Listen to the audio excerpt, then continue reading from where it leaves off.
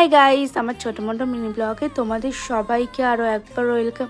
তো প্রথমেই শপিং করতে এসে না ছোটোদের সেকশনে চলে আসি, কারণ ওর জন্য কিছু কেনার থাকে। তো আমি আর দিদি মিলে একটু বিশালে এসেছিলাম। তো তোমরা সবাই ভাবছো পুচকেটা কোথায়, ও বাড়িতেই ছিল। ওর না খুব একটা প্রবলেম হয় না দিনের বেলাতে, ও থাকতে পারে। তাই সেই ফাঁকে দিদি চলে এসেছিলো, আর দিদির কয়েকটা জিনিস কেনার ছিল। তো বিশালে তো হোম অ্যাপ্লিয়েন্সও পাওয়া যায়, সেটাও দিদি কিনেছে।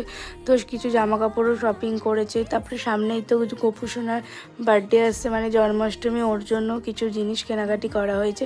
তো আমি দিদিকে হেল্প করে দিচ্ছিলাম, কারণ আমার বিশালটা তো বেশিরভাগ আসে, আমি মোটামুটি জানি কোথায় কি জিনিস থাকে, কোনটা কি ভালো হবে। তাই জন্য আমাকেই নিয়ে এসেছিলো, আমি ওকে চুজ করে দিয়েছিলাম। এই কাচের বোতলগুলো খুব ভালো হবে সেটাই ওকে বলছিলাম।